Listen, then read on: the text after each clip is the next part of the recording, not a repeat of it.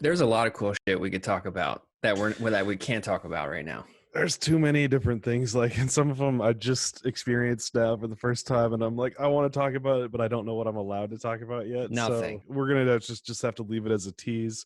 Maybe we'll record it right now while we're still excited about it and everything's tingling. But Maybe I'll record it while I still remember it, because my memory is terrible, and if I don't just, but you guys are here not for what has happened in the past, but what's happening right now, and that is the Good Flight Podcast.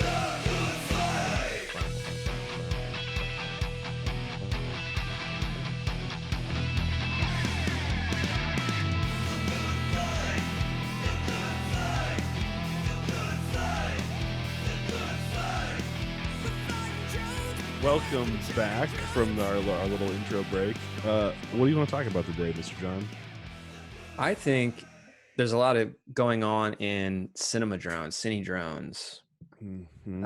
Cinelifters, we've decided. Cinelifters. I think Benoit made that name up, or at I least like it. I like it. the name. Finky FPV. So you are receiving a Komodo? Well, yeah, actually, we're getting our hands on two Komodos, actually. Badass. Two Stormtrooper Komodos. Do you like the white? Yeah. What's not to like about it? I'm not sold on it. I like cameras kind of traditionally black. That's a good look to me. The only orange Komodo that I could get behind is the orange color one. I thought. What about the green sexy one? The custom green Nurkkala? I don't know. Maybe if Jared would send me one, but I don't think that's going to happen. I think it's a great camera. I've seen it pop up on set, like pretty much every job. It seems like now that things are kind of coming back, people are very excited to work, and they're also very excited to bring out their new toys that they just bought over quarantine and like get them to work a little bit. Even though I think the Komodo kind of squeezes in as like a B camera or even like a C camera, it's not really the primary cameras filming the major shoot. Not to think that I can't, like it can. I think it probably can, but maybe the directors or someone just, they already have that other camera lined up for whatever reason. It's the new camera on the block. So like, yeah, don't put it in the A camera yet, but it's I've seen it flown on Movi Pro gimbals. I've seen it in different types of rigs on one of those free fly tarot cars. And just handheld rigs, stuff like that. And everybody loves it that I've seen, that I've talked to. So yeah, why not try to find one? And we found two. So what glass are you going to put on it? I think I'm going to get, well, actually it really depends on the shot, right? Obviously, but for the FPV stuff, I want to get the Laowa 9. They have a Laowa EF 9 mil. It's just like zero distortion, that look that I've been used to flying the Cinelifter with the Z cam. It's not that expensive. It's lightweight. I think that's a great lens. But for the heavy lift drone, so we're thinking about using this Komodo as like our in-house camera. We have an Alexa Mini that's kind of our in-house camera, but it floats in and out of our shop. But it would be really good to have, I think, like this Komodo in-house, which we can offer to our customers as like the totally recommended package. And for that, the integrated package. Yeah, the integrated package, or however we want to brand it or market it. But for that, I want to fly longer zoom lens. So I want to put like a 20 to 120 ingenue lens on there or something, where we have almost like a movie carbon kind of type of performance on 6K global shutter. It's like, I think it's going to be a great camera. So what gimbal are you going to put that on, and then under what bird? Actually, I got a bunch of questions. We'll just go one at a time. What gimbal are you going to put it on?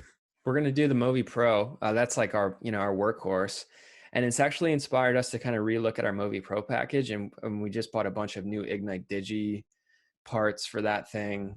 Ignite Digi is a company out of Australia, and they make a lot of really, really amazing aftermarket accessories for Free Fly Movi Pro. They make things like to allow you to use DJI TB50s on the Movi Pro, which are really nice batteries that last a lot longer than the original Movi batteries. But then they also make things like these little brackets and things that you replace the stock parts on the Movi Pro to enhance the performance And honestly, it's like a night and day type of thing. They're not cheap, but like we've like, for instance, like we have probably like $5,000 of Ignite Digi parts on our Mobi Pro to make it like how we want to. Yeah. Wait, isn't the Mobi Pro already like pretty spendy? Yeah. What is the price of it? It's I don't know. It's like 7 or 8,000. Yeah, absolutely. So yeah, you and put then another you have 5,000 aftermarket parts on it. Yep. That's like that sounds to me like what your S2000 is. It's like $4,000 worth of car, but I put 20 grand into it. It's like $7,000 worth of car, and not 20 grand, but the rims are nice. So are you saying that the Movi Pro is powered by its own battery or by the drone battery? The Mobi Pro is powered by its own battery. So we use the DJI TB50s, the Inspire 2 batteries to power that thing. Why is there not a way to power it off of the flight battery? There is, especially with our BFD systems drone. Like we could do something called shore power, like that's what we would call it. And we would have to have like some type of BEC step down regulator in there. But honestly, it's better, in my opinion, to have them as two separate systems because you change drone batteries more often than you do the Ronin batteries. And the Movi Pro, like we like to, when we're on set and we're filming, we like to leave that camera powered on as long as possible because that means like we're transmitting our image and it means like we're ready to film. So it's like not something we want to shut down and power on off all the time.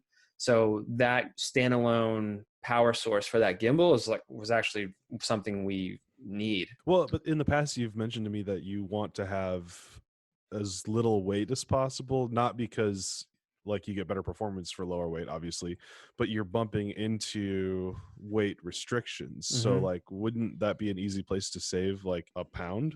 Like those are pretty big heavy batteries. Yeah, it would be. Yeah. They're about 1.5 pounds each, I think. So do you have 2 of them on the Mobi? 2 of them on the Mobi.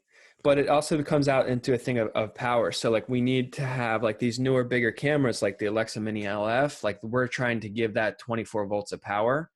And Ignite Digi makes this custom piece that takes the 2 TB50s, which I believe are like 14.4 volts, and then it puts them into series. So then we're able to provide more voltage to the higher power hungry cameras. So we're probably still going to fly, like even if we like wanted to shave weight, I don't think the TB50s, like there are people that are just putting 1 TB50 on the Mobi Pro and kind of, saving 1.5 pounds that way. We're saving it at Flying Monster. We're saving it because our drone is just lighter. So it's like, we're not like super pressed again. Like we could still be under 55 pounds and have a 22.5 pound camera package with like the whole Movi Pro, which is a pretty big Movi Pro package to be flying around. So it's like, we're all right. We kind of figured that out. But anyway, there's lots of little enhancements on that thing. I mean, the Movi Pro is a fantastic gimbal. It's still the best lightweight. I would say lightweight and like 22 pounds, but like relative to the other remote heads and stuff that we see on set, like even the Ronin 2 is like twice as heavy, and those camera packages can be like 35 pounds. And like, it's like, forget it. Can you imagine just holding it, let alone putting it on a drone? Just like you're out here with the gimbal, like, oh God. Yeah, I actually have a picture of me that maybe I can like put on here. I had this job where, cause I knew the Ronin 2 pretty well. I owned one for a while. And then I also played hockey as a kid. So someone like they needed somebody to be the Ronin tech and also ice skate with this thing. So I'm ice skating around with like a 35-pound Ronin. We're definitely rig. gonna need a picture of that. It was pretty awesome. And someone else was operating the camera independently, and then I was ice skating around and like kind of pointing it in the right direction. And I was sweating Monster like crazy. Drones, where you are the drone. I mean, whatever it takes, right? So that was fun. And it wasn't fun. Carrying a camera that heavy is kind of sucks. Yeah. And when somebody complains about our flight times for our heavy lift drone, they're like, how long does that thing fly? For 3 days? And I'm like, no, it only flies for 20 minutes or so. They're like, oh, that's it? I'm like, you carry this thing around for 20 minutes at like 40 miles an hour and we'll see how good you're doing. Yeah, it's amazing how much power you need to carry some of those things, and then just like you extrapolate the amount of strength required over across of the just sheer amount of effort. It just it's amazing how quickly you go through a battery like that. It's nuts. Yeah, why can't we just turn down the gravity like settings like you can in some of these video games I'm playing now? Could you imagine like shooting a stunt scene and all of a sudden like the car kind of goes over like a speed bump and it just like boing? You're like, wait, no, we messed with the settings. Hold on. That's not gonna look right. Dude, we are on the verge of talking about simulation theory right now. My Oculus Quest 2 has arrived, by the way, and it's Oh, amazing. yeah. Did you set it up? Of course, yeah. I'm like, I literally got home from, I was traveling for like 4 days, and I've been like, traveling's really weird right now also, and like you can't, it's like kind of, you don't want to talk about it, but like, I've been traveling. I talk about it. I've been traveling a lot. Well, I've been traveling. It's And only people from like New York City or anywhere in California or Seattle where they're like, oh, we're not doing the right thing. It's just like, Midwest doesn't care. I've also been testing a lot too. I've had lots of stuff shoved up my nose like multiple Me times a too. week. So I had 4 in 1 week as my record now. that's pretty good. So I just got off this job where I was going from a few different cities. I was down in Alabama, then I was in Green Bay, and I come home, and during that trip my Oculus was like delivered. So I was like just thinking about that the whole time, and then I got home at like 1:30 in the morning, and I was exhausted from like a 14-hour day, and then I like gamed in my basement for like another like 2.5 hours with that thing. So Nice. get one, man. Nice. Well, we got to figure out how it could be useful to integrate into like your camera platforms. You hook up the gyro sensor to like the Ronin or the Movi, and you align your shots just by doing a little bit of that kind of head moving action, and boom, now it's a write off, easy. Yeah, all it needs is like a DJI like app, and they'll figure it out. Yeah, I mean, you like they already have like for like the new Ronin, they have the like the phone app, right? Just stick that to the faceplate of the the Oculus, and then just like start looking around. That's true. The new Raven Eye video transmitter included with the Ronin RS2 Pro package is amazing. I also Yeah, got one of those things, but I do want to get you back could do to, that with DJI goggles, you can? or not with DJI goggles, but with Fat Sharks, because Fat Sharks have HDMI in, so you have the receiver for the Raven Eye, plug it into the HDMI, the DJI goggles. There's no receiver for the Raven Eye. It's your cell phone. Oh, even easier. Just tape your phone to your Fat Shark goggles. You get the old, the Oh cardboard. yeah. Just now you are the drone again. Done. Cardboard again solves it. You know those But Google you wanted to go Cardboard back things? to you wanted to go back to the Movi, your setup. Yeah, the Movi, the Komodo. It's like there's a lot of technology to talk about. I'm not surprised we're jumping around because my bank account is just like taking hits like Your hard bank account is jumping around. a little bit. But yeah, the Komodo, for those of you guys that don't know, Red cameras is really, really popular. Some of the best, it's one of the best camera manufacturers in the world. They make things like the 8K helium Monstro sensor camera that's shooting 8K resolution, which is only really being used in Japan, I think, right now. But it's also really useful for filmmaking when you want to stabilize shots in post or do things like visual effects. There's a lot of data there when you're filming. So those little pixels are really small, but if you zoom in, you can do camera tracking really well. And, it's important when you're doing, like, most of the movies today are highly visual effects involved. So the Red Helium 8K camera is an amazing camera, but it's also like an $85,000, $90,000 camera body without a lens. Mm. They just came out with recently a 6K, so 6,000 blah blah blah resolution by a 6K resolution camera for about $6,000, and it's called the Red Komodo. It's like really exciting because it's also really very small too. It's 2 pounds, and you've flown it, right, Nurk? No, I've actually not flown a Komodo. I've shot with one handheld, but I haven't actually flown it. But it also has the same color science as Red, which means that when directors are having to consider oh, I have to use a camera that is not my normal camera, it's at least significantly closer to what they're used to seeing, and therefore they can make I just did I just say make it like 8 Make times? it, make They it, make can it. they can make it match their footage much more easily, and as a result they're much more willing to kind of play in the space of, it's not like you're trying to stick a GoPro versus a $90,000 camera. It's okay, we have something that's very similar, that's made by the same people, that has the same general look and feel. Okay, now I'm more willing to play and kind of be in that space. Yeah, and it's also the first time I think Red is kind of reaching towards some of the new technology developments that other camera manufacturers have, like Sony and Canon. They have the Wi-Fi app. Autofocus. Yeah, autofocus. They have this like Wi-Fi Oh yeah, app that you that's can right. get on your phone, and apparently the low latency. It's so low latency that you can use your cell phone as like a viewfinder, Hmm. which is really cool. And you can change all of the camera settings from there as well, which are the sounds kind of basic, but with the film cameras, it's not so normal. Things like autofocus don't exist. Yeah. And the device on the Alexa Mini, for instance, like it's called a EVF, electronic viewfinder, that you plug into the camera to change your camera settings. That's like $15,000 for like that Yeah. EVF thing. So Yeah. it's like to be able to use your cell phone to do a lot of this work is fantastic. And then it doesn't need like big batteries, and it uses regular CFast cards and things like that. So it's like, hell yeah. I Oh, think I it's a didn't even step in the realize right that. direction. I thought that it was still proprietary Red stuff.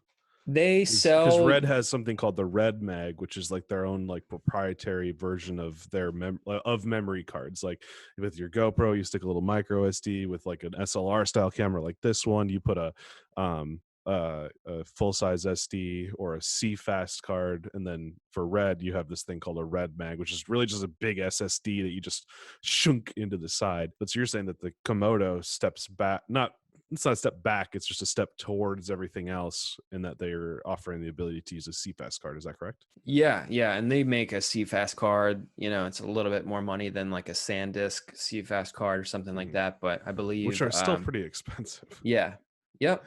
Like a But you decent, like a can, 128 gig CFast card is like $500, something like that. yeah. Where like the equivalent SD card would be maybe $200 or $150, which sucks. But at the same time, you got to write a lot more data quicker and have it not be corrupted. So Yeah, it's all about those. I guess it's all about the write speeds and just the yeah. quality there. But so it opens up a lot of exciting possibilities. This is a 2-pound camera body, Mhm.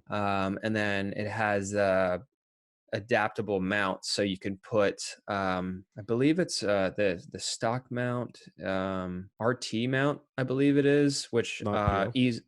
what is it? RP.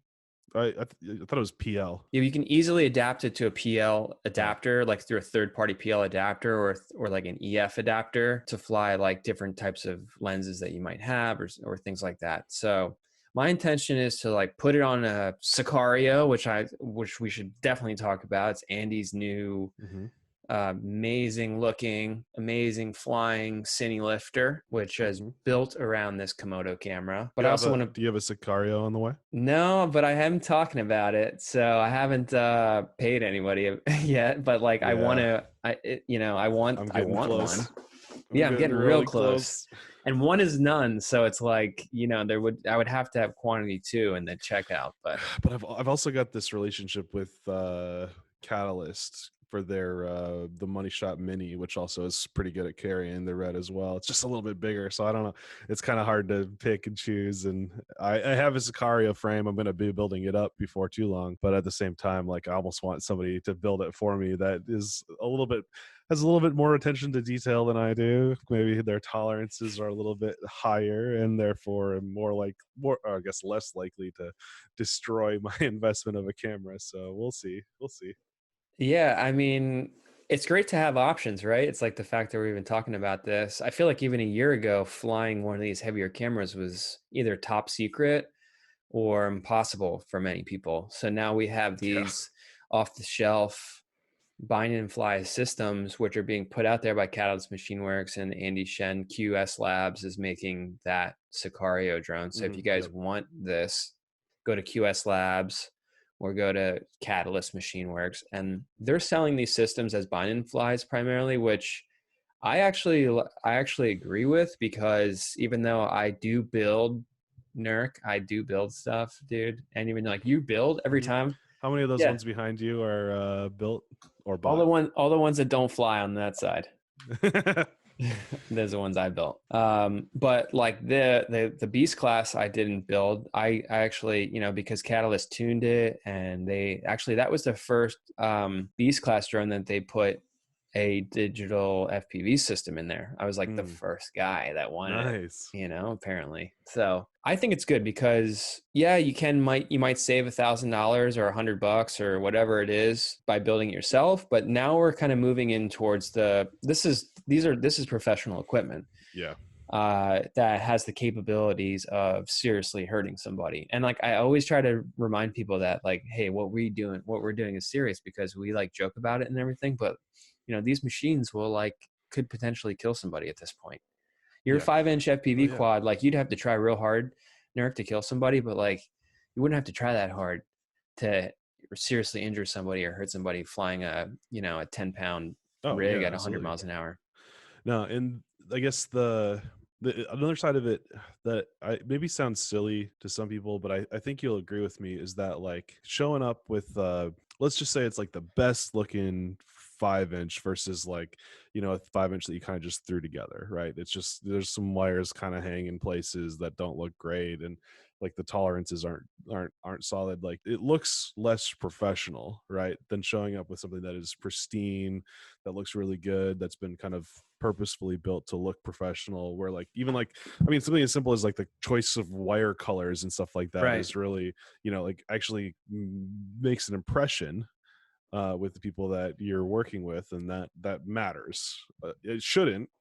I think we all would agree that being like, as long as you get the shot being tagged on hashtag shitty rigs is okay, but that's not the case. Like you're doing just as much marketing being on set for yourself and your professionalism as you are actually filming. So and having something, just to finish that thought, like having something bespoke, built well, and looks professional is important. Yeah, it's important, and it's probably gonna. I'm not a tuner, so like I'm not going to speak for everyone else out there who can tune their quads like perfectly, but it's probably going to get you to where you want to be faster, than going through those trials and tribulations and all that research and development that I know Andy and like Justin are doing up there in New York. Like they're struggling through iterations of camera mounts and Gab 707. We gotta put him in. And Gab, too. Yeah. I can't wait to get Gab on the show, by the way. Oh yeah, I'm sure he'd be ready anytime. Yeah, that would be great, because it's really, I think, it's his, like, maybe you can shed some insight, and we talked a little bit about with Andy's podcast, and it was interesting to know that the Siccario was being developed when we recorded Andy's show, and then listen back to it and then be like, oh, they were talking about Andy was mentioning how it is to develop these drones, with Gab, and how difficult it can be. But like then he releases the Siccario like a few months after that show, and you're like, this has been developed together with like somebody that knows exactly what they want, and that's Gab, right? With that drone.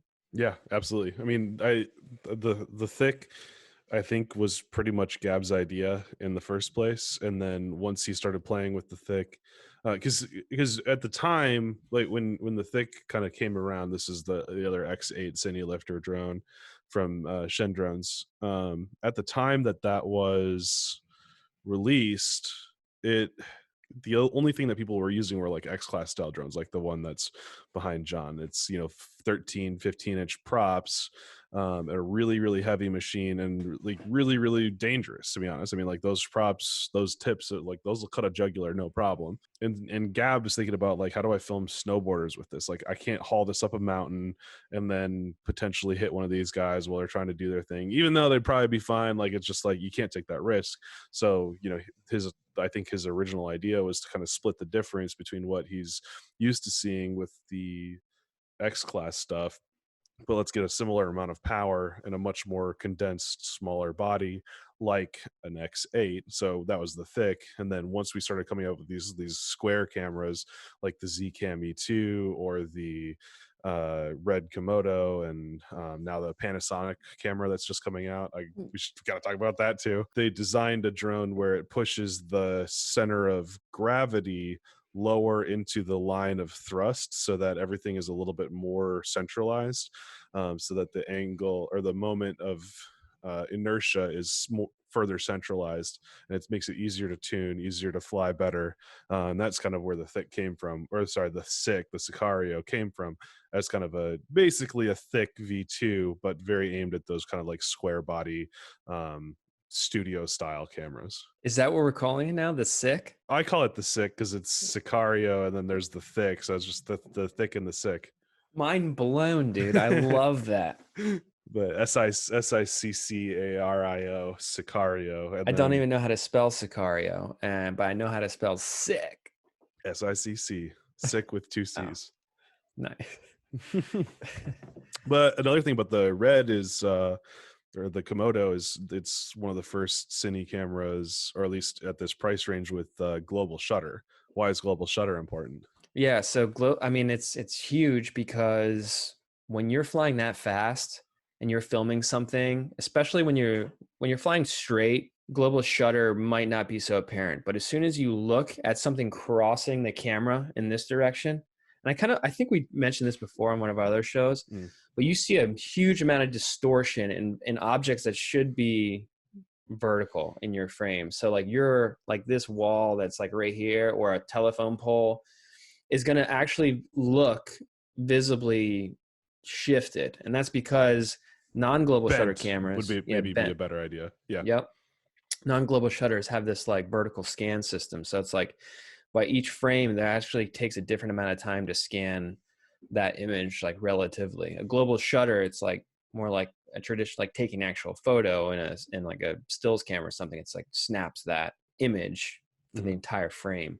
So you don't have that type of global shutter, rolling shutter distortion is what it's called. So, which I can't stand. Like when I shoot, and like my Inspire 2 has rolling shutter problems. That blew me away, actually. I didn't know that about the Inspire 2. And then when we were together for Ferrari Challenge, I got to look kind of over your shoulder and see what you were filming, and you pointed it out. You're like, oh, look at the nasty rolling shutter. I was like, I've been looking at Inspire footage for so long, I never realized that it was that nasty. It came as a shock to me, for sure.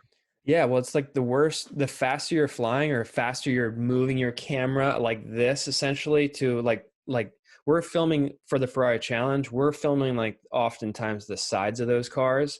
So laterally. Laterally. So we're tracking their profile, which isn't something like a lot of FPV pilots would do, because you'd have to be flying sideways. But for the Inspire 2, the strength of the system is that dual operated camera. So like the drone's flying forward and the camera's looking off its right side, filming that car profile. So the car looks great, but then the background or the foreground, you see that bent image. And most people don't see it. I see it a lot, and I really, really don't like it. And you can correct for that, but like no one, if you can have a global shutter camera, you don't have to. And it's going to have that. Yeah, it's going to be much, much more pleasant, I guess, for that type of fast motion. So it's really cool. And I want to fly the Red in replace of the Inspire in certain shots because of that. So it's like, how do we do that? You know? Yeah. How could we dual operate a Komodo on a GoFast drone? Well, luckily, there's a new tool that was just announced called the Ronin SC, NSC, or Ronin 2 SC. Yeah, is that right? It's just, they dropped the Ronin, actually. They're like, it's like the Facebook it's just Facebook. They dropped the Ronin. It's just R. So it's RS2 and RSC2. Which are their new like handheld gimbals. Like, so like they're replacing like what was the Ronin S, which was like one of the first gimbals that's just like a stick with a gimbal on the end with the little fold out legs. But so you're saying that you might be able to stick that on a X-Class drone? I think so. Yeah. And in fact, like that's like, to be honest, that's been one of my goals for a really long time. And that's why I have bought the Ronin, the Ronin S before the new one came out, Yeah. But life happens and you don't get around to everything, and and You so get beat to the punch. get beat So to it. we've invited our good friend Aiden. Oh no, wait, we forgot to reach out to him. So Aiden Kelly from XM2.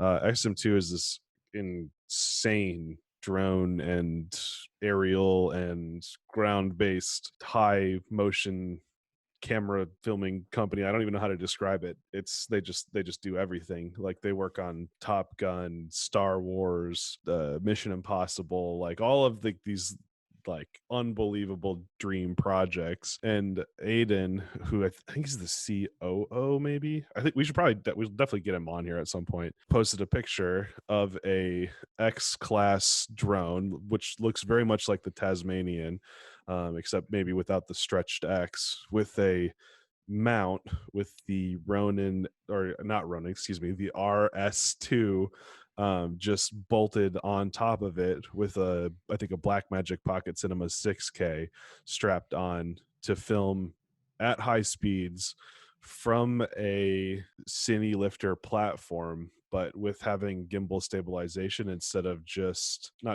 but having a fixed mount to the drone. So is that kind of the thing you're wanting to do? Yeah, exactly. I see it like, yeah, yep, yes, absolutely. And they didn't bolt it on. They like built XM2 makes incredible drones. Like Paul, you were just saying, they built some big drones, like bigger than you're allowed to fly in the US, because they're from Australia, right? Or Austria? Yes. No, Australia. Australia, like they don't have the same regulations. They play in a more global market, more European market. Yeah, but they didn't just bolt it on. That carbon work looks clean. It looks really good. I was like, hell yeah, that's sick. And I'm not the type of person like there's so much innovation and development out there. Yeah. I don't really like to get like upset when somebody does something. I'm stoked about it because maybe I can learn something even from that Instagram photo that they just posted. But more or less, it's like I know I'm not the only one like thinking about this, and clearly because like they did it. But I'm stoked for it because I think it's a great idea. You can use that gimbal in twofold. So you can put these the Ronin or the RS2. They have an FPV mode, which basically they call it FPV. I don't think it's intended to fly on an FPV drone clearly, but what the Ronin FPV mode is in the gimbal, it'll kind of follow your roll as well as your tilt and your pan. So it's like as you're flying the drone, if you were to put that on your FPV drone, it would just be bit more stable. It would help take out the vibrations and some of the bumps and some kind of look like Hyper Smooth or Real Steady or something like that. Yeah, without doing anything in post. So it's like that's fantastic. Gimbals are great at eating up those little micro vibrations and things like that, which could possibly ruin a shot. But flying that drone in FPV mode could be really, really fantastic. But you could also opens up the ability to do things like dual operator. So like you could have another operator point that camera in a different direction. Behind, and you can just the drone, side of the drone, front of the drone, doesn't matter. Yeah, exactly. All those areas I love to shoot, that's where a lot of the good stuff is. How do you plan to control it, both in terms of like seeing what the camera is seeing and like operating the gimbal? So before the RS2 came out, I got the Pro package, which includes something really, really cool. It includes a video transmitter. So DJI is like making a standalone video transmitter that takes any HDMI video source in and will transmit it to your Ronin app on your cell phone. So I believe they spec up to 300 feet. You can get 1080p video back to your phone. You think it's fast enough to do that? I think it's fast enough for dual operating because there's a delay in even on an FPV drone. Yeah, it means worth a shot. Like there's a delay, and even in the Inspire dual operating, like it's not instant, and it does take. Probably would take. Like this is something that I don't think everyone's going to get into, but it would take like a more of an experienced operator to jump in and kind of. I don't know if it's going to be fast enough. I haven't tested. I just turned it on and hooked up my Zcam like 10 minutes before, literally 10 minutes before our podcast started. The diddler was over. He's borrowing my Ronin, next week. Nice. So G's like, I got to make sure it works. So we plugged it in and it worked. But that is an option. So using the DJI video transmitter called Raven Eye, they had like they're branding everything now. It's funny, but hey man, I don't care. It works. So you could get your video downlink from the phone. What's also crazy about that is you can also point the camera with your phone too. Yep. There's virtual joystick on your phone, but you could do something like the Mimic, the free fly Mimic, where you'd like, but what's different is because you have the video on your actual phone, you're looking at the camera's feed, like you're looking at the real video, and you can point and tilt and pan around the camera like from your phone, which is interesting. It's like augmented reality at that point. Yeah. What I'm probably going to do is try to hook up an S-Bus controller, just go standard S-Bus receiver to it. So I'll have a secondary, I have a bunch of like FR Sky receivers floating around here. That was going to be my question. So you can just plug in a normal RC receiver somehow? That's also TBD. I believe, I'm not going to tell you you can, but it looks like you can because there's like an RSS port, which I believe DJI allows you to do that. If not, and you're like, somehow listening to this podcast, like please help us make that happen. We'll just hit up Donovan. Yeah, talk to Donovan. We need to be able to control this thing remotely. We need it to be able to integrate with maybe even the Ronin 2's controller. Like they have a joystick controller. Okay. There's also wheels for this thing. So like integrate it in with the rest of your products that you're making to allow dual operator control. That would be fantastic. Because I read the whole manual and I didn't see anything about that. Okay. So, but that doesn't mean it's not going to exist or it's possible. Yeah. So, I'll text Donovan right now and find out. We've actually been messaging today. And then what would you do? Would you do video off of the phone, or would you get a Teradek or something? I would probably not put a Teradek on it just because of the price. I would probably look at something like a Connex video transmission system. Okay. Or something a little bit. What do you use on the Movi/BFD monstrosity? Yeah, we use a Teradek system. So we use a Teradek. It's like a Bolt 3000, but it's also very expensive. It's like a $10,000 video transmitter system total. Like the receiver end, I think is probably like $2,000 or $3,000. It's a little bit heavier. It's really, really great. But like, honestly, if something else does similar results, plus the Bolt 3000 is designed to work for like 3,000 feet, hence the name. Holy cow. That's not bad. Yeah, but you don't need that, I don't think, when you're flying this FPV drone. Like, I don't anticipate sending this on long-range missions where I need to have that type of... Yeah, but the penetration is nice. That's where I kind of think about things like... That's why I love the DJI FPV system, is because it does so much better at penetrating than analog. So like when I'm flying in deep woods or I have to go into a building or something like that, I generally have more consistent video. So like higher power output or perceived longer range is probably going to have you do better in those kinds of environments, which is common when you're filming somewhere, right? It's like if you're trying to be, doing like a pod racing scene in the woods or whatever, like, they'll want you to be able to go out further than you'd be comfortable with something that is only doing like 300 feet, like a phone app, So it's kind of like, we got to find a balance. What I really want is them to just freaking put an HDMI micro port in the side of the DJI Air unit, so I can just run a second set of Air unit things with HDMI input. It would be amazing, but no. There's a lot going on too, because I thought like maybe, it's a funny company because they're so big, but then like they deal within these, like we're playing with their products in these little niche markets, where I was expecting before, there was a teaser or somebody leaked the picture of this RS2 gimbal before it came out. Yeah. And I saw this little Raven Eye thing, and it has like little DJI Mavic style antennas on it. And I was like, oh my God, it's going to integrate with the smart controller. If only. And then like you could use the smart controller to operate your gimbal. And like that was also receiving the video link. Like that would be sick. But that's not what happened. And we're left with like dealing with like what we have to deal with here. What are you playing with back there? Sorry, it's getting a little chilly in here. I was just trying to turn on my heater. Nurk, it's not even winter time yet, and you're gonna Well, be living out here in the garage. You're gonna be done. well, no, it just wasn't on. I had turned it off earlier because I had to break down like a ton of cardboard boxes for something. For I think I could say for DRL for our 2020 season, but it What was would you just be like getting in a bunch of boxes delivered to your house? I don't know. computers. But it was just a lot of stuff. I actually had to go to the dump like to get rid of. There was so much cardboard and trash and stuff. Like I can't wait for my like normal trash pickup because they wouldn't take all of it. So I had to Jeez. drive like across town to get rid of all this crap. It's hilarious. Yeah, I was gonna say your garage is looking a little bit more like a garage. I know. I don't have the car in here right now because we're doing we're doing work on the nursery right now and all that stuff.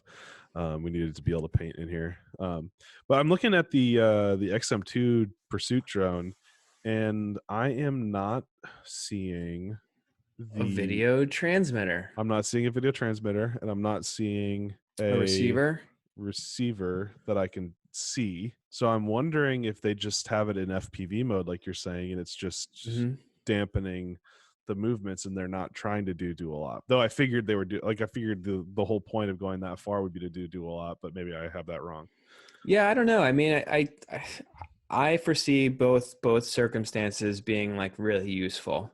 But if you wanted to fly that thing like a Cinewhoop, how nice would it be to have a tilt lock? So like no matter how fast you're going, that horizon is Yeah. kind of locked. Oh So yeah. you could hit the brakes and you not have to worry about like, when you're flying an like a 5-inch, you hit the brakes, you have to like descend a lot too. It's like kind of, Yeah. you are able to do it in many different ways, but like it's difficult to keep an actual constant frame when you have to slow down your speed for it or faster or slower. Yeah, and I that would be necessary if you're doing dual op too, right? Like it's because if it's gonna have to hold the last known orientation, regardless of what the drone is doing, and then you're gonna change that orientation within the frame as the second operator, I think. So yeah, absolutely. All I know is that it makes the drone a heck of a lot heavier and a heck of a lot more delicate, I feel, How because yeah, how heavy is the S2? it's just over 2 pounds, so it's not too bad. And that's But with I mean, the battery handle, which they don't have on theirs. oh They're yeah, powering it through some type of integration, probably yeah, I suppose. Well, somehow else. but I mean, so 2 pounds for the Ronin, 2 pounds for the Komodo. 2 pounds for the lens. No, not with the Komodo. That Laowa 9 mil, that thing's like 500 grams. So Okay, you're like well, a payload under 5 pounds, strapped that on the Moneyshot, which has a 10-pound payload capacity, and now you have a 100-mile-an-hour gimbal drone with dual op that you could do just about anything with. Like that is freaking exciting. it's really exciting, except you can't fly more than 5 minutes with it. That's fine. I don't care about that. I don't want because you're trying to get 30 minutes worth of shooting with the Ferrari challenge. I Yeah. want to get one good shot of a Ferrari, and I don't care how many times I have to go land and cycle batteries to do that. I mean, a director obviously cares, but like by the time the car gets around the track again and ready in position to get that next shot or next take at that shot, doesn't matter. We can land, cycle batteries or whatever, and take off and go again. Yeah, absolutely. Yeah, you're right there. It's like just different styles or like different priorities, you could say. Yeah, I mean, But being in the air for 20 minutes is certainly helpful, but how often are you depleting the batteries on your BFD systems on a shoot, not on a live stream or something like that, but on a like commercial video project like that? yeah, most of the time we're landing at like 40% battery, maybe higher. Like we're Yeah, not, unless it's like a certain type of shot where we have to fly far away to get it. sure. And if we're But like, you would never do that with the drone like this. You do no, that with an Inspire or with yep, a Cine platform like an Alta X or a BFD. What's the name of the BFD? I can never remember the product name. it's called the SE8 or the S8, I call it. The So, S8, the yep, BFD S8. yep. Yeah. Yeah. And we're also, yeah, I mean, that's exciting too with the Komodo flying on the bigger drones too, because we're now talking about a lighter gimbal package on there and we're able to fly. Like if we were to fly a 13-pound Movi package, that's about what I anticipated coming in with the Komodo. the gimbal Yep. and the camera and the lens be around 13 to 15 pounds. We're gonna be able to fly that thing for like 30, 35 minutes, but like it's not about like how long, like are you asked to fly that long? It's like when you have to say you have to land and there's a shot and maybe you miss a shot or you inconvenience somebody. That kind of sucks. So being able to fly longer is always like kind of a benefit. That's not me. as big of a problem if you set the expectation ahead of time. Right. You know, you come into the situation and say, "Hi, this is a performance machine. This is not something that's going to stay in the air for a long time. We have to plan our shots, our sessions to do this, you know, within the 6-minute time frame that I've got in the air."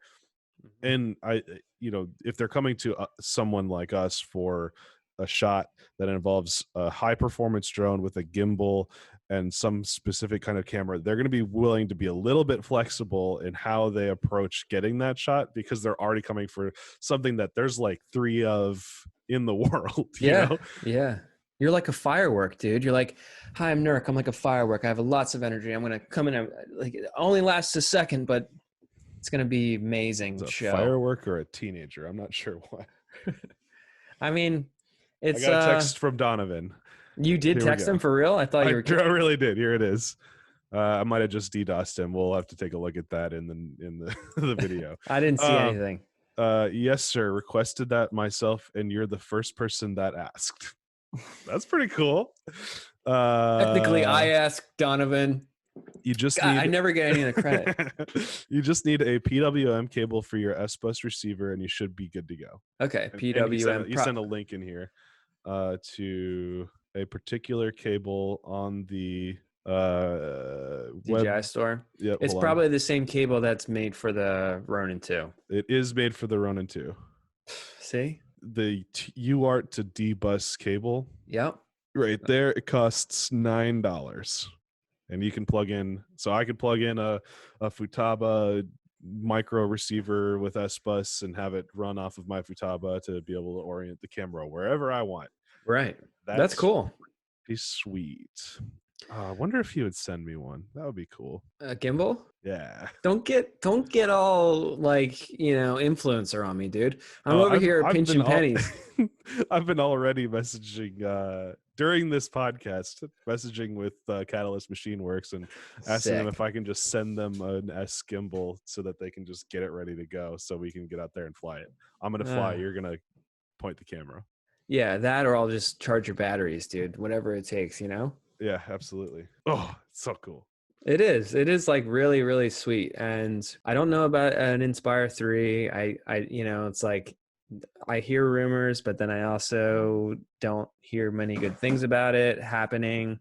So it's like, it's up to us to figure this out. How do we get a faster drone that we need a dual operator for? Why do you need a faster drone, John? I don't know, because I want to film race cars. I want to film whatever, like action sports. I want to be able to go. So I'm literally flying this Inspire 2 more often than not with like my sticks like in the top corners of the controllers, to like I'm full yaw, full forward left, like to try to get like down, like to try to get the shots I need. And like, come on. Like I just have a vision in my head right now. I don't know why, but like, let's say it's for James Bond. And there's a scene where he's in a chase. Like Bond is chasing like a bad guy through like a construction area. And you start the drone out at like, 100 feet away from a building that is just like the girders, and there's like a kind of a relatively small gap for any kind of drone, and you just freaking send the drone into the open space next to where Bond is chasing this guy, and you fly through the open area with the dual op pointing the camera sideways. Yeah. Like the girders are flying by with the global shutter so that they're not bending, and then they jump out the other side of the building and the dual op goes woo, and you chase it. Like, how freaking amazing would that be? And only because, only with a drone like this could you get that working, And then that's it. You get that one shot, you get paid, and you go home, and you never, that's it. That's the glory of being a drone operator in this business, Yeah.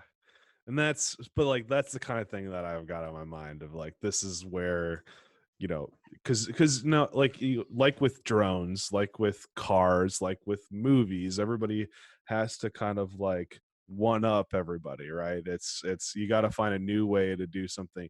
And this, I feel like this is the next iteration of drone technology. It's kind of branching off in two different directions. You have, you know, heavy lift drones, which obviously there's a need for. We need to be able to use a RELF to film the, you know, hardcore intro shots. That's just like, you know, standard drone, whatever. Yeah, more film like Yeah. cinema move, stuff like that. Yep. And then we also have performance drones, which some of them are going to be fixed mounted, which not everybody likes. And then now we've got to figure out a way to kind of steer into a kind of like a hybrid solution where you're meeting the needs of you're not trying to replace heavy lifters, but you're trying to get a similar maneuver that a heavy lifter would with a high performance drone that can do much more dynamic movements. Yep. Yeah. And that performance you're talking about is mainly in the camera technology. It's like you want to be able to capture that image, right? So I think it's great. And like just the confidence now with even like the digital FPV systems and stuff like that. As a filmmaker, it's like, yeah, you have these tools and you feel like more connected to flying those types of drones also. So I can imagine like the amazing types of shots that we're going to get where it's like literally impossible, you know, before any other tools like that existed. So, but everyone's coming out with these drones and like none of them have GPS still. So like, I'm going to talk about that because it's like, you need to have like a GPS rescue scenario. Like you can't like, you know, crossfire, you put crossfire on there and you put the goggles on there. You still need to have like some type of GPS rescue. It doesn't sound like Andy's interested in like integrating that at all. I don't see that happening with Catalyst anywhere. Hello, like you need GPS rescue. No, Catalyst has a GPS. They do? Yeah. The Moneyshot has both versions of the Moneyshot have GPS built in. I don't know if they have it set up with rescue mode. I think that's kind of a turn it on at your own risk sort of situation because it's a very sketchy feature.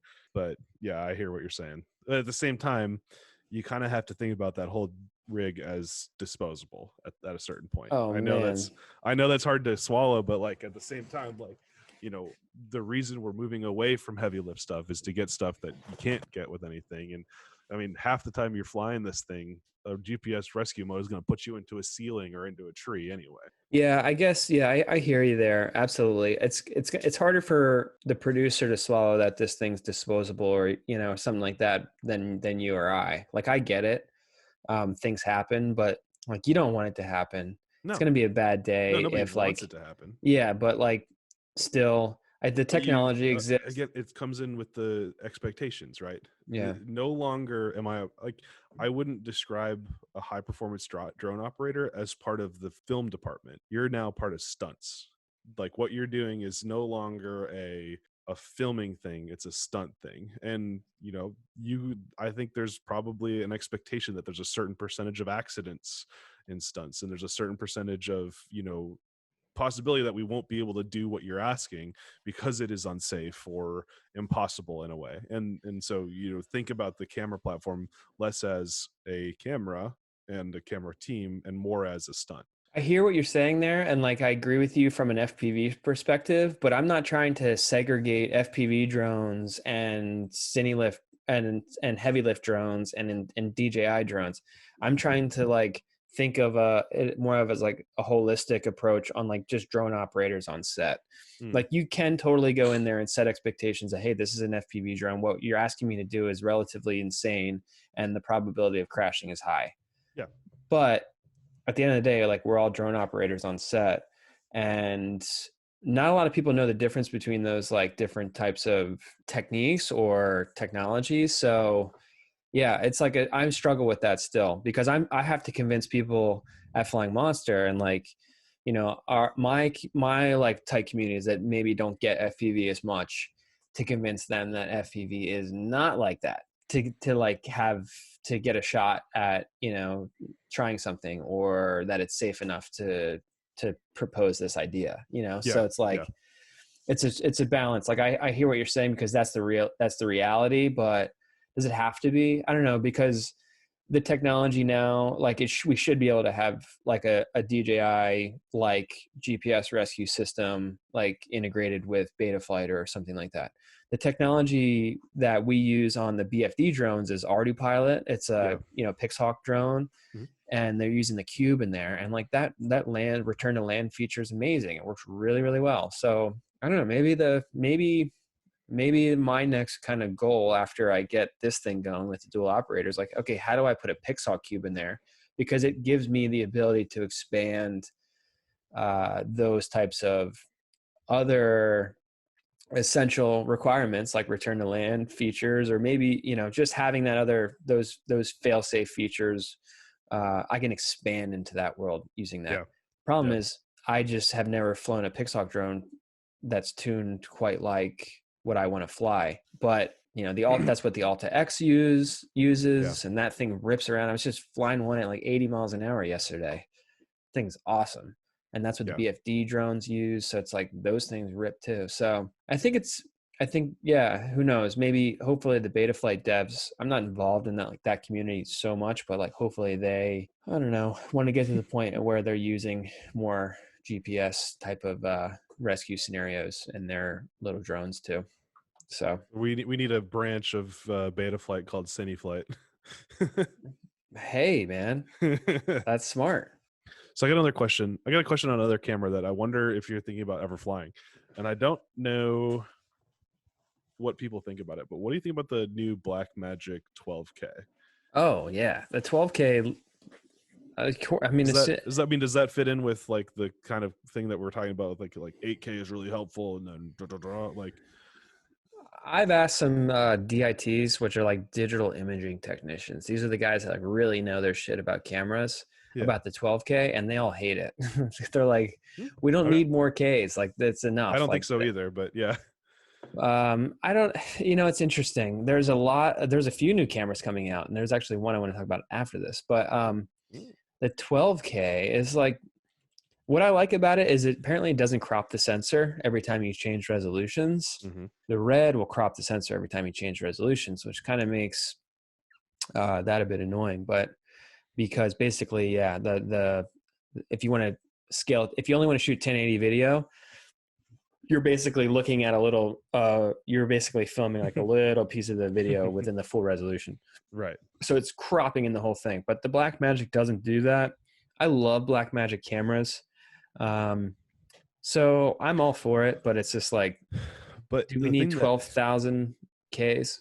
The thing that I'm interested in is that you can shoot 4K at 240 uncropped. Yeah. Well, so 8x slow motion at 4K. You want to talk slow motion, dude? Is that the other camera you wanted to talk about? Yeah. I wanted to get Taub on here to talk about that. Yeah, the Wave, man. The Wave.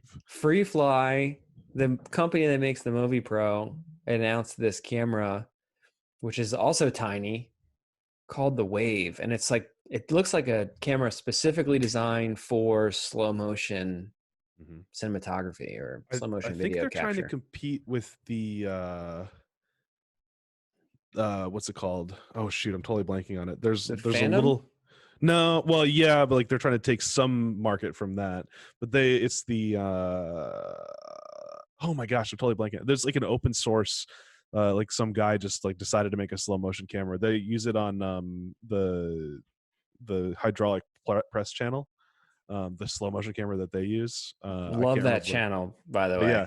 Yeah, they use this kind of super cheap, relative speaking, slow motion camera that was just made by some guy, I think in Canada, and it's amazing.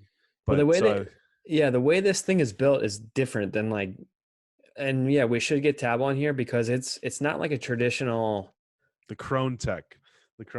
Oh yes, yeah. I've actually threatened to buy one a couple times because I think it'd be really really cool for threatened too. The Kronos 2.1. That's what it's called. Well, I don't know if there's much competition there because as cool as the Kronos probably is, I feel like FreeFly has like more of a status and reputation that like this thing's probably gonna 100,000%. Yeah, but like, what are we talking about here? It says continuous high-speed video.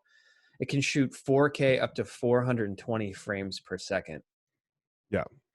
And With no dynamic range, but yeah, but it only weighs like 716 grams. Like this could be like an FPV camera right here, because like imagine flying 100 miles an hour and recording a little moment in time. All I imagine at 420 frames per second. Yeah, I guess it is true. Like your flamethrower video, like with this camera, it actually would have went viral, dude.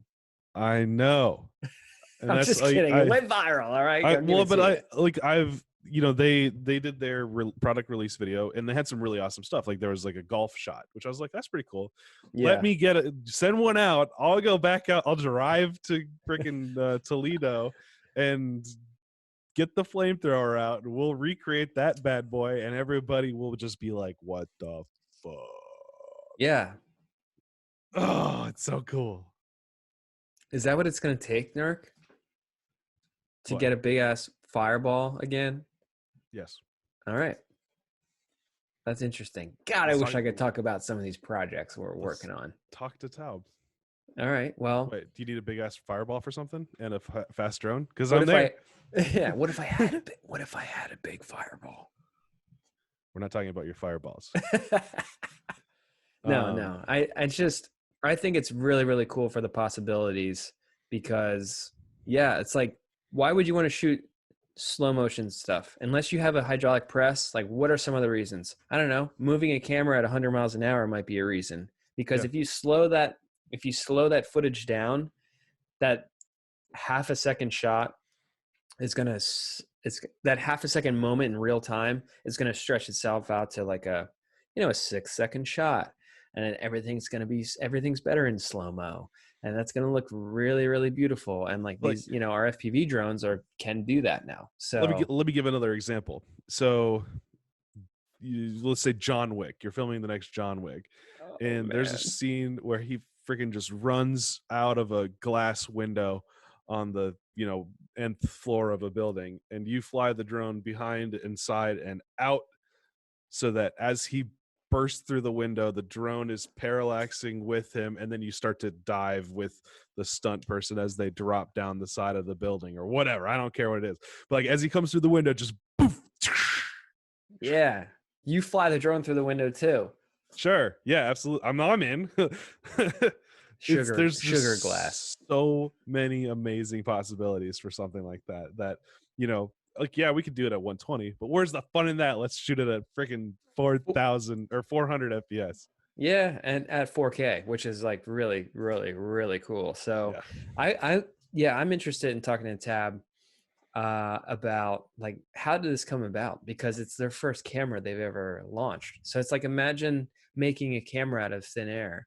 It probably wasn't, and it's probably a couple of great stories like woven in there. Mm-hmm. That's what I'm interested in. So maybe we'll talk to Tab too in the future. Yep. That'd be interesting. I definitely think we should. Yeah. So I wonder, well, they have flown it on an FPV drone because it was in their promo video. Yeah, Ross has a drone. The guy who did the original golf shot is the one that flew it for them. Nice. That shot is awesome, by the way. Also went viral. Yep. Also will look better at 400 FPS. Also could have used a big fireball. So me, Ross, some golfer, and a flamethrower need to get together, and we'll just break everything. I can be the golfer, guys. I can hit a golf ball pretty good. Consistently in the same spot at the same speed? Yeah, sure. At the same trajectory? Okay. Whatever.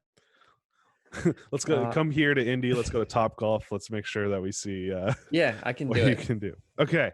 Winston, you got some React shots for us, don't you? Winston, hey, buddy. Happy day of the week. Whatever day of the week it is. Winston's. Whatever day it is you're listening on. Yeah, exactly. Yes, sir. Yep, no, I got some different React shots. The first one is an epic location that I've been dreaming about flying for a long time. I think you guys will recognize it when you see it. Oh, I see it. Whoa, lots of screen. Okay, I see real steady. Getting a little choppy. Lots of sun. Looks good. All right, so this shot is the Italian Dolomites. Oh, this is one place. I don't think you're allowed to fly here. I've heard people say that you're not. Oh my gosh. It's a giant, giant cliff face So it's diving down the cliff face. You have a very aqua colored lake down at the bottom here, and it's just a simple dive down the side of a mountain showing some amazing landscape. When I saw this video, look I'm at the reflection in the water. Oh my gosh. Oh, there he is. Yes, exactly. Wait, was he facing the other way? Yeah, he was. What? He must be using DJI. Oh, that was amazing. A super short clip, but just you can't beat that location. Can we run it back? We have to. So what I wanted to say about this stuff is like, he could have gone higher. Yeah, that's the first thing. Could have got closer to the rock there. No, I think probably one of the coolest parts about FPV and these types of landscape videos is like the adventure you get on to go out there. You know, to like the journey you have to have. Like the drive you have to find these locations. The 3-mile hike into Iceland with no water and too much weight. But then even just like the creative nature of like, where am I going to be standing to get good video signal? And then here's this guy standing next to the lake facing the wrong direction. And it worked out apparently. That's some big dick energy right there. That's some big dick reflection. I kind of want to see 6K raw Cinewoop. Less than I've seen 800 views on before, and less than 900. Oh, I like that. When we Link can get in the description, definitely go subscribe and watch that bad boy. I like the idea of doing like less than 1,000 like views, you know, like type of stuff. Basically, all of my videos. Let's not just click around here. Save some of these for future ones. We're about to go watch. That was awesome. So yeah, I love that's my favorite part about FPV is like what I described to people, and I actually have a video where I talked about this, and it's, you know, half the fun is not only exploring the place that you're going to, or with the drone, right? But you have this experience along the way. You get to kind of go out, be out in the world and explore what's around your body, but then you can kind of take it to somewhere where you couldn't otherwise go. Right now you take the drone out and go up this cliff that probably no one's ever climbed before or stood on top of before or something like that, and be able to experience that place from a new perspective. And like that's what I love about, you know, adventuring within FPV is what just the ability to go places where no one's gone before. That's pretty exciting to me. Yeah. When was the last time you've been out in like a scenario like that where you're flying more of a long range scenario in like the mountains? The last time for me was probably in Colorado. I was out there for like one of the Tiny Whoop invitational races, and me and Gab were staying together, and we went out a bunch of times to go flying in the mountains, and we didn't do as much hiking as we did just like kind of drive and fly sort of stuff, but it was still amazing. Yeah, it's like it's been a while for me too. I almost wanted to go on a road trip and just bring my FPV stuff, and it's absolutely worth it. Did I ever tell you about the cross country road trip I did for FPV? No.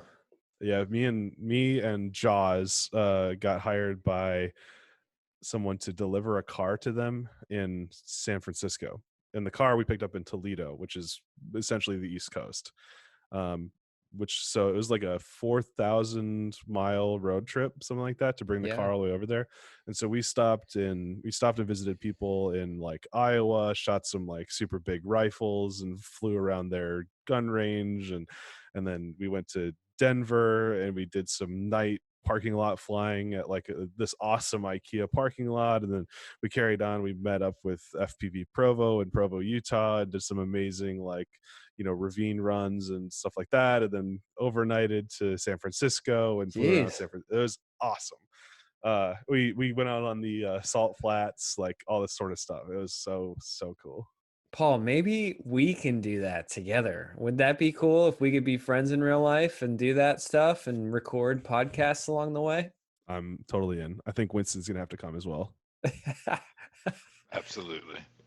Winston, what do you got next for us, buddy? You got something else?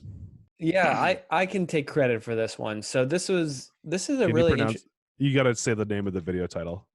I cannot do that. This is apparently the president of Austria. So here I go. You need to at least try. All right. So haben Sie die Hofburg Noche nie gestern. That's it, man. So that's for all of our Austrian listeners out there. You know exactly what we're talking about. The president or the prime minister of Austria came out with, is this the right video or is this some other propaganda you're showing? This doesn't seem like the right video. Oh, it is. All right. It's got some orcas. Yep. So with this video, I kind of talked about a little bit being COVID and you Yeah, got to a be little stuck tiny inside whip. in quarantine, getting away from people. And they did a really good job of making this look like he's the guy that's flying it. So Yep. But now it's a cine whoop. It's not a tiny whoop anymore. It well, I mean, not according to the viewer, dude. Only you would Whoosh. know that. Oh, that's cool. Yeah, I mean the flight's cool, but I love the fact he's like leading around with the drone, pretending like he's flying. That's amazing. yeah. Underneath some chairs, but like the prime minister of Austria. I mean, he looks what, at least in his late 60s, 70s. He's older than Yeah. Donald Trump. That's for sure. He's definitely having a good time with it. Like, but you know, somebody who you would presume is like extremely well respected and proper, and then they just put the goggles on him and he's like leaning around like, yeah, I got this. And then he just proceeds to like shred around his palace. Yeah, his offices. He's going into the attic now, like places where like people can't go, and like flying, hitting gaps and stuff like that. Like it's clearly an FPV drone. Oh, look at that that was a nice little wipe there. Yep. No, I appreciate the cuts they did to kind of make this as flawless as possible. Ooh, look at all this. There's a bunch of statues like in storage. It's Yep. like a super dusty. And then there's the drone. That's a different drone than it was before. That looked like a little like that looked like a Beta Uma 95 or something Okay. like that. Yeah. Or Beta 85X.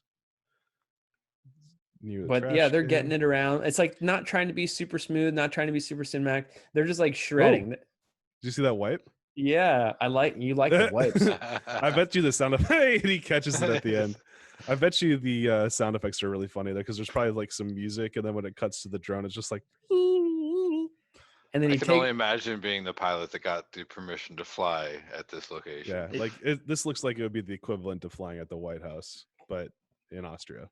Yeah, it's the president of Austria, and then at the end of the video, he takes off his goggles, puts on his glasses, catches the drone, catches a little what is that? What is that thing? Another little beta. It's like a little tiny whoop. But I love the fact that they're trying to do something different with this video.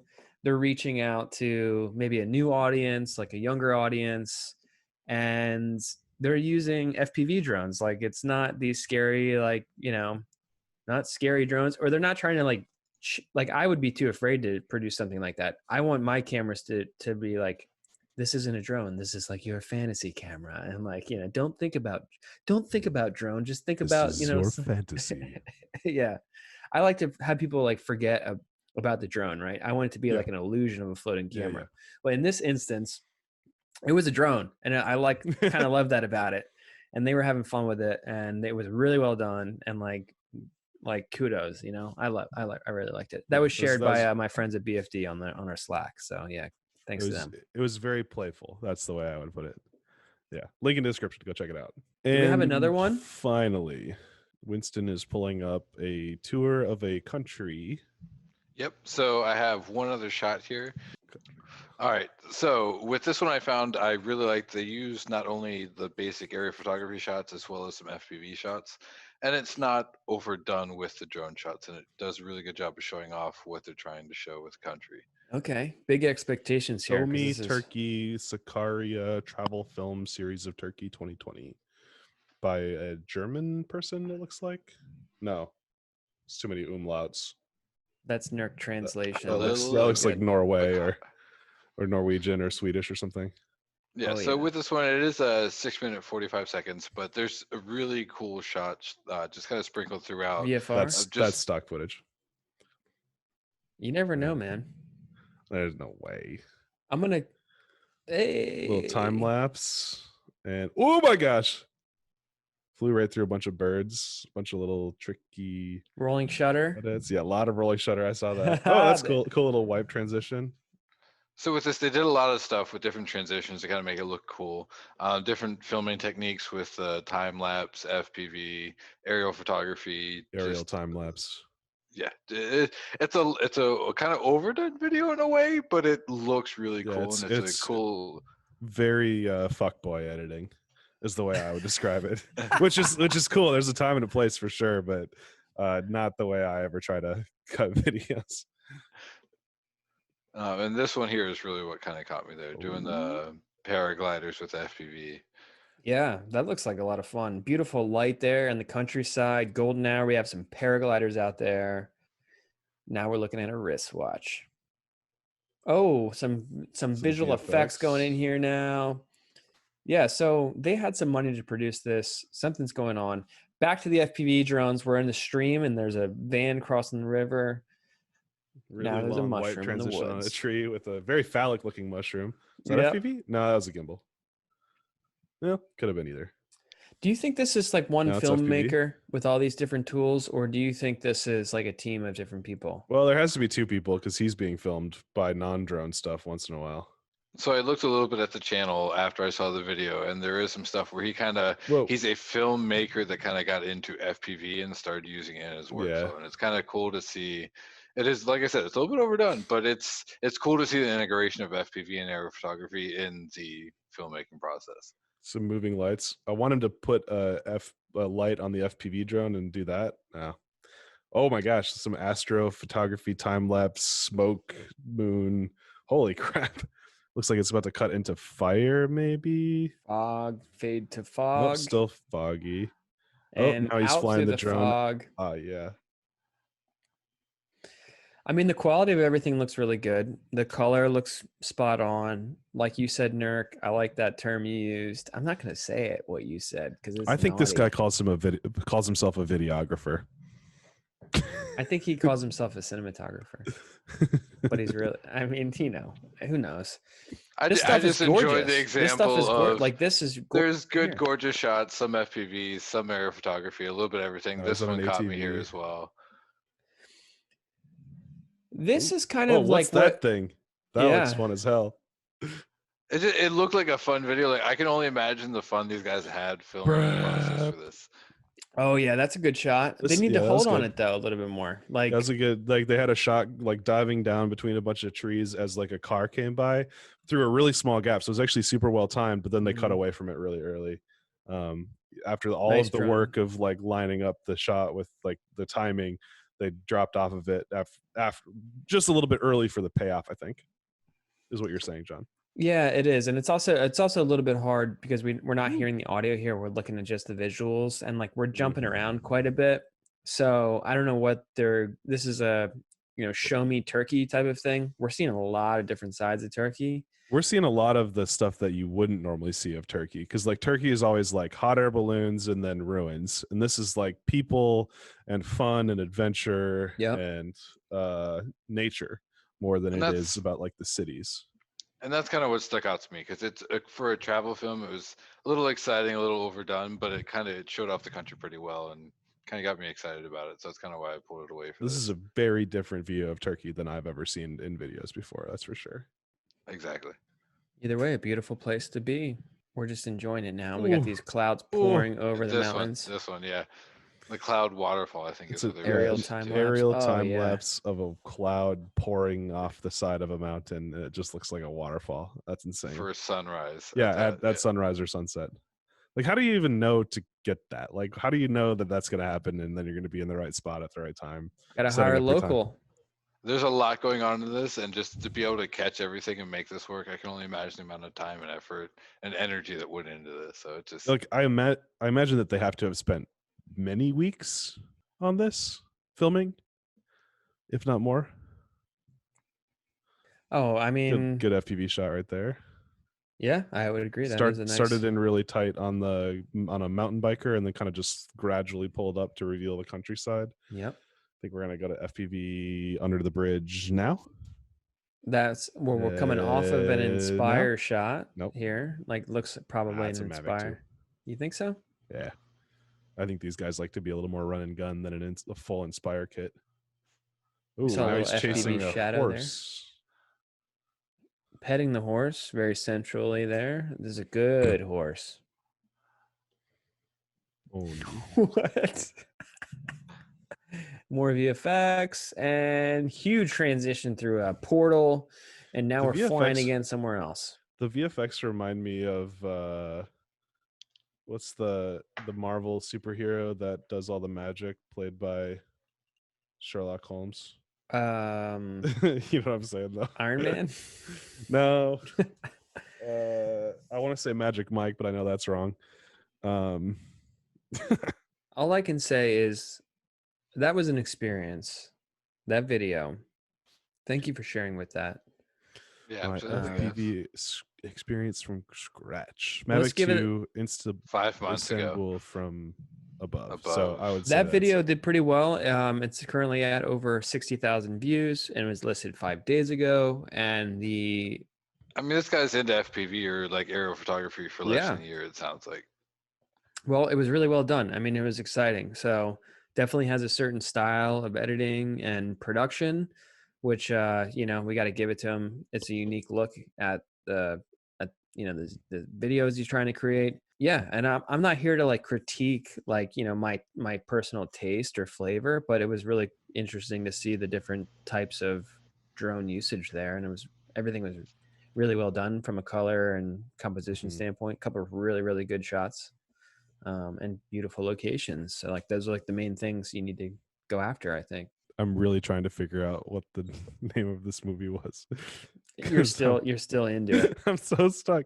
What was the name of this dang movie? Come on, please. You're just on, what are you on? This is IMDb right now. Are you just browsing my IMDb, seeing if I worked on that movie, Paul? Is that what you're saying? No, you didn't.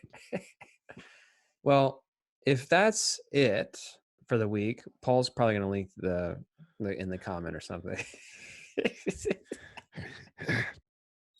I need to know. I can see pictures of this movie in the freaking, but it's not giving me the name of the movie. You're one of the most determined individuals I've ever met. Oh my gosh. I kind of have to agree a little bit with you there. So I'm ruining this show just to know what the name of this movie was. No, I'm pretty sure everyone else is dying to find out too. Wait for it. Doctor Strange. There it is. Doctor Strange. Yeah, not Magic Mike. Turns out. Isn't Magic Mike the stripper one? The dude. It's Channing Tatum. He doesn't know. Channing Tatum. Yeah. Why can I remember Channing Tatum? Magic Mike. Great movie. I love that one. Never saw Doctor Strange. I have not seen Magic Mike.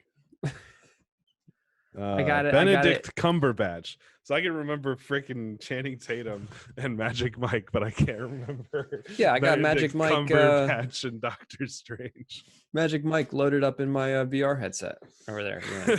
Yeah, the app is called Front Row Seat. XXX. Oh man.